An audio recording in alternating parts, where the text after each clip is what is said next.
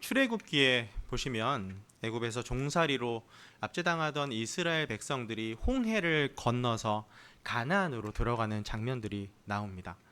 그런데 이 오랜 시간 노예로 있었던 삶을 벗어 던지고 이제 홍해를 건너서 새로운 땅으로 들어가게 되면 와, 좋은 일만 생기지 않을까라고 기대했던 이스라엘 백성들 앞에요, 생각하지 못했던 난관들이 도사리고 있었습니다. 첫 번째 난관이 뭐였냐면 바로 갈증, 목마름이었습니다. 생각을 한번 해보면 이들이 몇 날 며칠을 그렇게 쫓기듯이 걷고 걸었는데, 성경에 보면 사흘 밤낮을 걸었다고 얘기를 하거든요. 그렇게 걸었는데 정작 눈앞에 나타났던 건, 자기를 기다리고 있는 건 마라의 쓴물이었다라고 하는 거죠. 사람들이 물이 보이니까 물을 벌컥벌컥 들이켰는데 물을 다 토해내는 겁니다. 왜냐하면 그 마라가 쓴물이어서 마실 수가 없었거든요. 그래서 옆에 있는 나뭇가지를 던져서 쓴물을 단물로 하나님께서 바꿔주시는 역사가 일어납니다. 그러면 여러분, 쓴물을 단물로 바꿔서 그렇게 목말랐던 이스라엘 사람들에게 갈증을 해결해 주셨던 하나님이시라면 하나님께서는 자기를 이렇게 소개하셨을 것 같아요. 나는 너희의 목마름을 해결해 주는 해결자 하나님이다. 아니면 너의 모든 문제의 필요를 채워주시는 공급자 하나님이다. 이렇게 본인을 얘기하셨을 것 같은데, 성경에서는 뭐라고 얘기를 하냐면 출애굽기 15장 26절이거든요. 나는 너희를 치료하는 여호와임이라 라고 자기를 소개를 하십니다. 되게 생소합니다. 지금 목이 말라서 죽어가는데 마실 수 없는 쓴물을 단물로 바꿔주셨으면 분명히 다르게 얘기를 하셔야 되는데 자기를 치료자 하나님으로 소개를 하신다라고 하는 거죠. 왜 그러면 치료자 하나님이라고 하나님께서는 자기를 소개를 하셨을까? 사실 그 질문에 대한 힌트는요, 마라라고 하는 단어에 숨겨져 있습니다.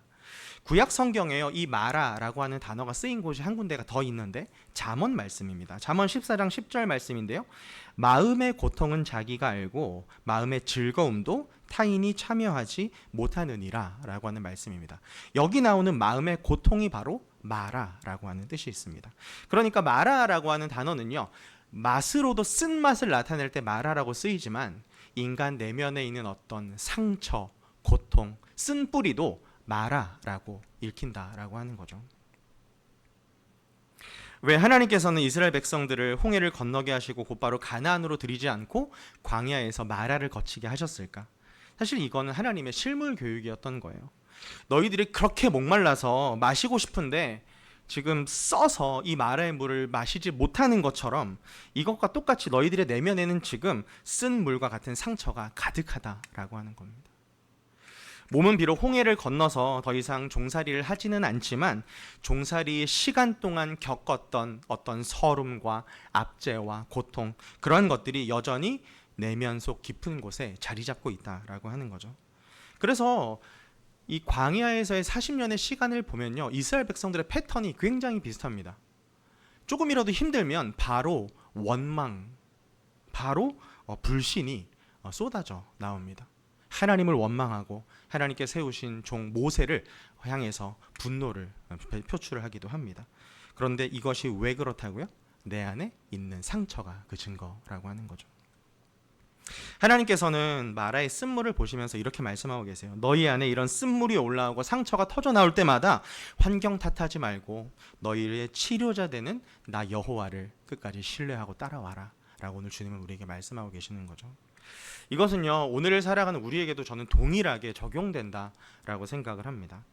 우리도 비록 예수님을 영접했고 영적인 홍해를 건너서 구원은 받았지만 여전히 우리 내면에는 치유받아야 할 상처들이, 쓴뿌리들이 많다라고 하는 거죠. 시편 34편 18절에 보면요, 다윗이 치료자 하나님에 대한 믿음을 고백하는 장면이 나오는데요, 제가 읽어드리겠습니다. 여호와는 마음이 상한 자를 가까이 하시고 충심으로 통회하는 자를 구원하시느니라.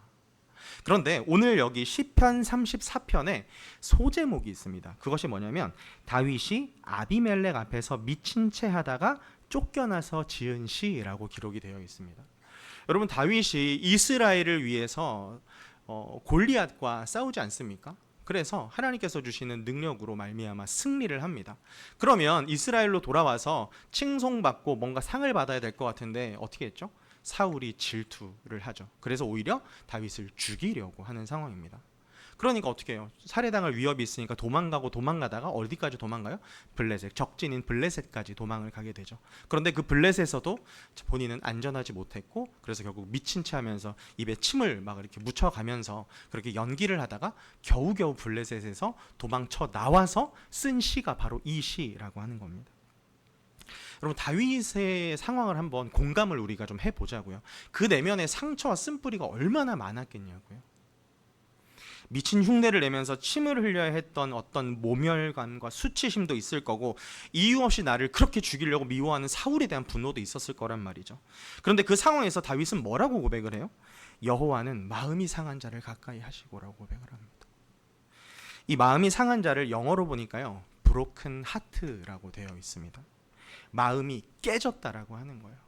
누군가에게 이 마음을 맡겼는데 상대방이 이 마음을 조심스럽게 다뤄주지 않고 그냥 내 마음대로 막 집어 던지고 했던 거죠. 그러니까 이 마음이 어떻게 돼요? 산산조각이 난 겁니다. 깨진 겁니다. 그런데 그럴 때 다윗은 마음이 깨진 자기의 상한 심령을 하나님께로 가지고 나아가는 거예요. 그리고 다윗에게는 믿음이 있었어요. 하나님께서는 나의 상한 마음을 가지고 갔을 때 회복시켜 주시고 다시 온전케 해주시는 분이라는 믿음이 있었다는 거죠. 그러니까 그렇게 쫓겨나서 10년간을 버틸 수 있는 힘이 다윗에게 있었다라고 하는 겁니다. 오늘 말씀을 사실 저는 아내가 아기를 낳았던 그 병실에서 오늘 이번 주 말씀을 준비를 했습니다. 그러니까 자연스럽게 이제 쌍둥이들을 보고 출산하는 것들을 보고 저의 인생에 대해서 이렇게 좀 돌아보면서 말씀을 준비를 했던 것 같아요. 사실 저는 제가 36살 11월 마지막 날 결혼을 했거든요. 근데 저는 지금의 저희 아내와 6년 전인 30에 결혼을 할 수도 있던 상황이었는데, 저희 부모님이 저희 아내와의 교제를 굉장히 완강하게 반대하시고 결혼도 되게 반대를 하시는 거죠. 아내와 교제를 이렇게 시작하고 부모님께 결혼하고 싶다라고 말씀을 드렸는데 부모님이 이제 궁금하셨나 봐요. 어떤 자매인지 보자. 믿는 자매니? 물어보셔서 믿음생활, 신앙생활 하는 자매라고. 그래, 그럼 됐다 라고 만나봤는데 믿음이면 충분하다고 했던 부모님이 그렇게 착해 빠진 너희 둘이 만나면 사기당해서 이용당하기 딱 좋겠다. 뭔가 보완해주는 관계가 돼야 될 것 같은데 착해 빠져서 너희 둘은 안 되겠다. 갑자기 믿음이면 충분하다고 하셨던 저희 부모님께서 그런 모종의 이유를 대시면서 반대를 하시는 거예요. 처음에는 이러다가 좀 마음이 풀리시겠지 하는데 그게 장장 1년간 이어진 거예요. 끝까지 반대를 하셨어요. 그 사이에 또 저의 아내는 또 저희 부모님으로부터 많은 상처를 받기도 하고, 왜냐면 특별한 이유가 없이 반대를 하니까 미움받는 거잖아요. 결론적으로는 부모님과 긴 1년의 시간 동안에 아내와 이별을 이제 하게 된 거죠. 그리고 나서 6년이 지난 거예요. 제가 30살에서 36이 됐습니다. 저는 몰랐어요. 그때까지 제가 결혼 못하고 혼자 지내고 있을 줄은 제가 몰랐거든요. 35 말에 주변 지인들의 결혼식을 아무래도 갈 일이 30대 중반이니까 많잖아요. 다녀와서 저의 모습을 보는데 한없이 처량해 보이는 거예요, 제가. 그러던 중에 부모님이랑 얘기를 하는데 엄마 아버지 나중에 언제든 결혼하고 싶은 사람이 생겼는데 예전 그 이유로 똑같이 반대를 한다면, 부모님의 마음에 들지 않는다는 이유로 반대를 한다면 저는 그냥 평생 그냥 혼자 사는 게 나을 것 같아요 라고 얘기를 하니까 이제 그 말을 이제 어머니가 굉장히 좀 마음에 담고 계셨던 것 같아요. 그리고 다음 날이었나? 어머니가 왜 너 6년 전에 그 사건이 여전히 너한테 많이 상처가 되니? 이렇게 물어보시더라고요. 에이, 뭐 6년이나 지났는데 이제는 괜찮아요 라고 말은 했지만 곰곰이 생각해 보니까 그게 여전히 저에게 큰 상처가 되어 있는 거죠. 그게 쓴뿌리로 저에게 이렇게 남은 거예요. 그러니까 어머니 아버지한테 결혼 이제 반대하면 안 할 거예요 막 이렇게 얘기를 했겠죠. 그런데 그러고 나서 그 얘기가 있고 나서 일주일이 지났거든요. 근데 일주일 사이에 제가 그 말이 되게 신경 쓰여서 그러는지 모르지만 정말 오랜만에 아내가 꿈에 나온 거예요. 그래서 제가 생각을 좀 하긴 했나 보다. 그런데 신기한 건 저희 어머니도 일주일 사이에 그 아내 꿈을 꾼 거예요. 그래서 어머니랑 일주일 만에 통화를 하는데 야, 라니가 꿈에 나왔다. 그래서 저도 꿈을 꿨는데, 그러더니 어머니가 이거는 예산 일이 아니야. 한 번 더 연락 한번 해봐라.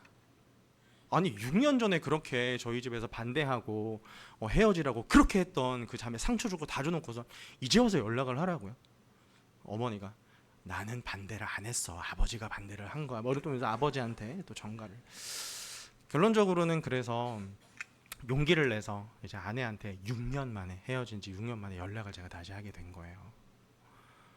아내가 문자, 전화, 카카오톡을 다 차단을 해놓은 거예요. 그래서 손편지를 써가지고 지인을 통해서 이렇게 돌고 돌아서 연락을 해서 제가 2013년 3월에 아내랑 헤어졌는데 2019년 3월 달에 아내를 다시 만나게 된 거예요. 정확히 6년 만이었거든요. 아내가 궁금했대요. 이 인간이 왜 나를 다시 보자고 했지? 나한테 상처를 주고 떠난 인간이 왜 나를 다시 보자고 했지? 얘기를 했죠. 사실 내가 다시 연락한 건 다시 만나보고 싶다. 그리고 나는 결혼을 전제로 다시 만나보고 싶다. 우리 부모님이랑 이해가 다 됐다. 당신만 승낙을 하면 같이 결혼을 했으면 좋겠다. 그러니까 아내가 어이가 없죠. 그래서 제가 한 달간 매일 연락을 하고 틈만 나면 막 찾아갔던 것 같아요. 다시 만나줘라. 다시 만나줘라. 그래서 한 달 정도 지나니까 아내가 마음을 조금씩 열기 시작을 했어요. 근데 문제는 뭐냐면 다시 교제는 시작을 했지만 아내 마음에는 여전히 그 6년 전에 저희 부모님으로부터 받았던 깊은 상처가 쓴뿌리로 남아 있었던 거예요. 아내 마음속에도 마라가 있었던 거죠. 저는 오늘 이 지점에서 다시 한번 오늘 말씀을 좀 봤으면 좋겠어요. 오늘 말씀 31절과 32절인데요. 제가 다시 한번 읽어보겠습니다. 너희는 모든 악독과 노함과 분냄과 떠르는 것과 비방하는 것을 모든 악의와 함께 버리고, 여기가 31절입니다. 32절에서는 어디로 넘어가냐면 서로 친절하게 하며 불쌍히 여기며 서로 용서하기를 하나님이 그리스도 안에서 너희를 용서하심과 같이 하라라고 얘기를 합니다.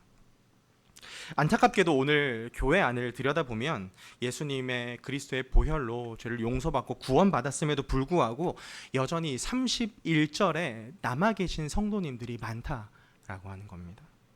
나는 과거에 이런 상처를 받았고 저 사람 때문에 내 인생이 이렇게 망가졌어 라고 하면서 은연중에 상처와 자기 연민에 빠져서 여전히 구원받았음에도 불구하고 31절의 삶을 살고 계신 성도님들이 교회 안에도 많다라고 하는 거예요. 이곳에 말은 안 하고 계시지만 이런 상처가 있는 분들이 분명히 계실 거라고 생각을 합니다. 그러나 여러분, 구원받은 하나님의 자녀는요, 그 인생이 결코 31절로 끝나서는 안 됩니다. 우리가 이제 32절로 넘어오셔서 그 인생을 사셔야 된다라고 하는 거예요.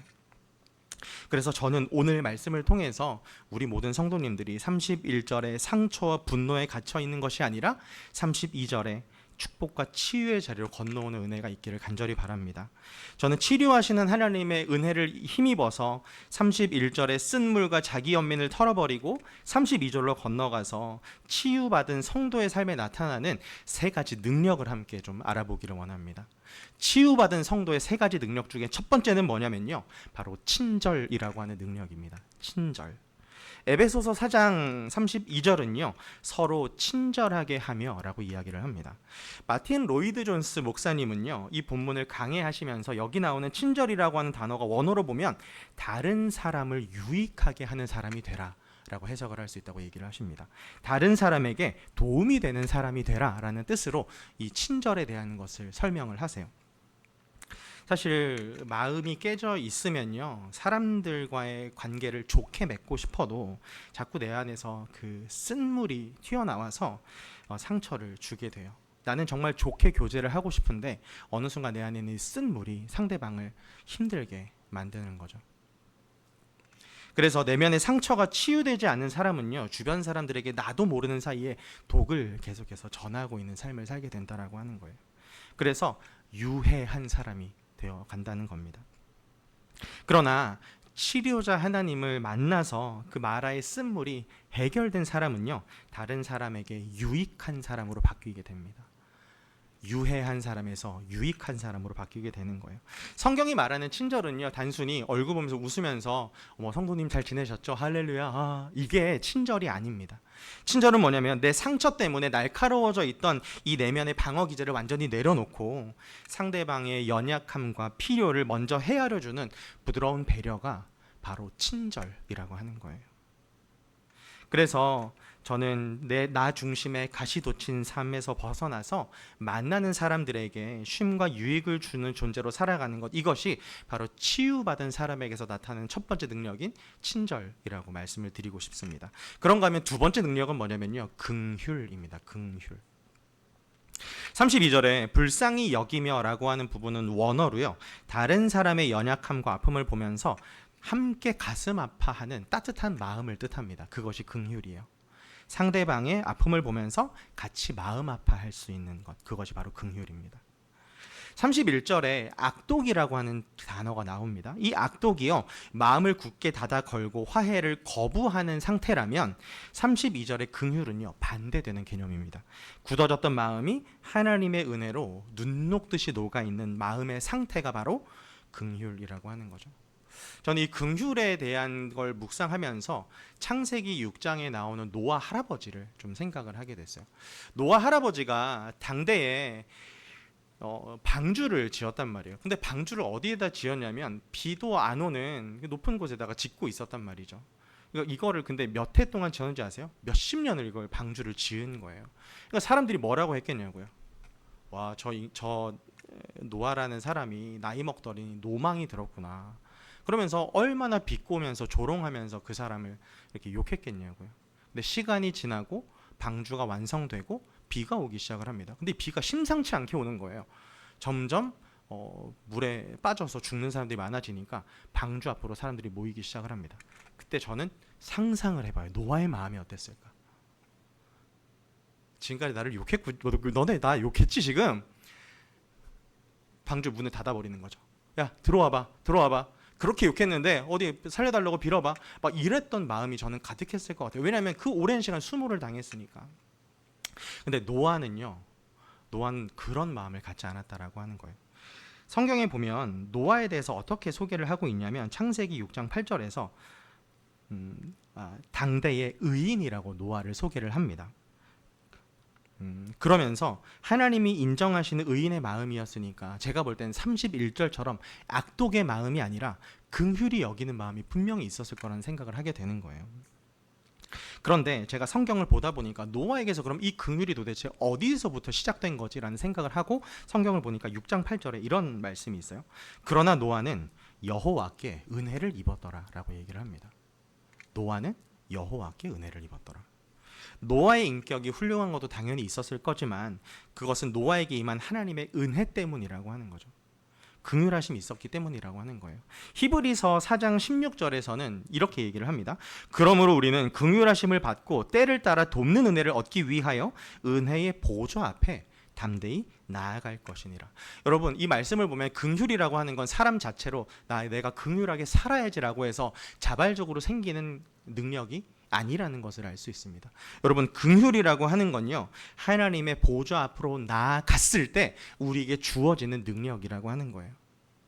은혜의 보좌 앞으로 나아가서 하나님의 긍휼하심 우리가 덧입을 때, 우리가 먼저 그 긍휼하심을 받을 때, 덧입을 때 나의 주변에 있는 사람들도 긍휼하게 여겨줄 수 있더라라고 하는 거죠. 아이가 태어나서 걸음마를 걸을 때까지 약 1500번 정도 넘어진다고 합니다. 그런데 우리 부모님들이 그 걸음마를 떼는 아이를 보면서 야, 너 한 10번 정도 일어나서 걸었으면 이제는 완벽하게 걸어야 되는 거 아니야? 라고 꾸지람하지 않죠. 넘어지는 것을 보면서 뭐라고 하는 게 아니라 넘어지면서 다시 일어나는 아이를 보면서 잘해 라고 하는 거죠. 하나님이 우리를 보실 때도 이런 마음이지 않을까라는 생각을 하게 되는 거예요. 우리가 신앙생활 하면서 내가 받았던 상처 때문에 상대방을 긍휼히 여길 수 없지만 그럼에도 불구하고 은혜 보좌 앞에 가서 긍휼을 구하고 그 긍휼로 오늘 또다시 한번 상대방을 불쌍히 여기는 마음으로 그렇게 계속해서 노력할 때 우리 주님께서는 그 모습을 보고 우리를 칭찬하실 거라고 하는 겁니다. 혹시 오늘 우리 안에서 긍휼하심으로 나름 살아보려고 내 자녀들에게도 노력을 했고 내 지인들에게도 노력을 했지만 오늘 또 실패하신 분들이 계세요? 다시 하시면 됩니다. 우리 주님께서는 다시 일어나서 그 사랑을, 그 긍휼을 노력하려고 하는 자에게 주님께서는 박수를 보내시고 함께 하실 것입니다. 그런가 하면 마지막 세 번째, 치유함 받은 자가 누리는 세 번째 능력은 뭐냐면 용서입니다. 용서. 서로 용서하기를 하나님이 그리스도 안에서 너희를 용서하심과 같이 하라라고 말씀을 하세요. 성경이 말씀하는 용서의 기준은 뭐예요? 하나님이 그리스도 안에서 나를 용서하심과 같이 그 용서를 가지고 똑같이 용서하라고 얘기를 해요. 로마서 5장 8절의 말씀입니다. 우리가 아직 죄인 되었을 때에, 우리가 아직 여전히 죄인인 상태예요. 죄인 되었을 때에 그리스도께서 우리를 위하여, 나를 위하여 십자가의 죽으심으로 하나님께서 우리에 대한 자기 사랑을 확증하셨느니라. 여러분, 내가 자격이 있어서 용서받은 거 아니고 내가 자격이 있어서 구원받은 거 아니잖아요.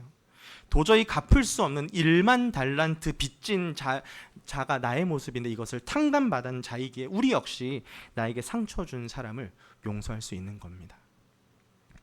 구약 열왕기하 5장에 보면요, 성경에서 굉장히 감동적인 용서의 현장을 볼 수가 있습니다.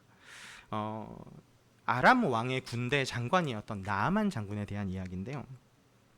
열왕기하 5장 1절과 2절을 보면 나아만은요, 나병 환자라는 것을 알 수가 있습니다. 그리고 이전에 아람 군대가 이스라엘 땅을 침략해서 어린 소녀 하나를 강제로 잡아오거든요.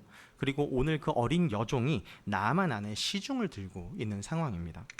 그런데 여종의 입장에서 한번 상황을 좀 보자고요. 여종 입장에서 나아만 장군은 어떤 존재입니까? 우리 이스라엘에 쳐들어와서 우리 부모님 다 죽이고 집 다 부수고 그리고 나를 노예로 잡아온 집이라고요. 어떤 존재예요? 원수 중에 원수입니다. 그럼 잘해줄 필요가 있을까요, 없을까요? 딱 그냥 나 살려준 만큼만 딱 적당히 일을 하면 되거든요. 그런데 그런 나아만 장군이 오늘 뭐가 걸렸어요? 나병에 걸려 있단 말이에요. 그러면 이 여종이 무슨 마음일까요? 와, 하나님, 내가 그동안 저 인간 때문에 아주 분노가 가득했는데 이 분노를 갚아주시는 하나님 아주 감사합니다. 이런 마음이지 않았을까요?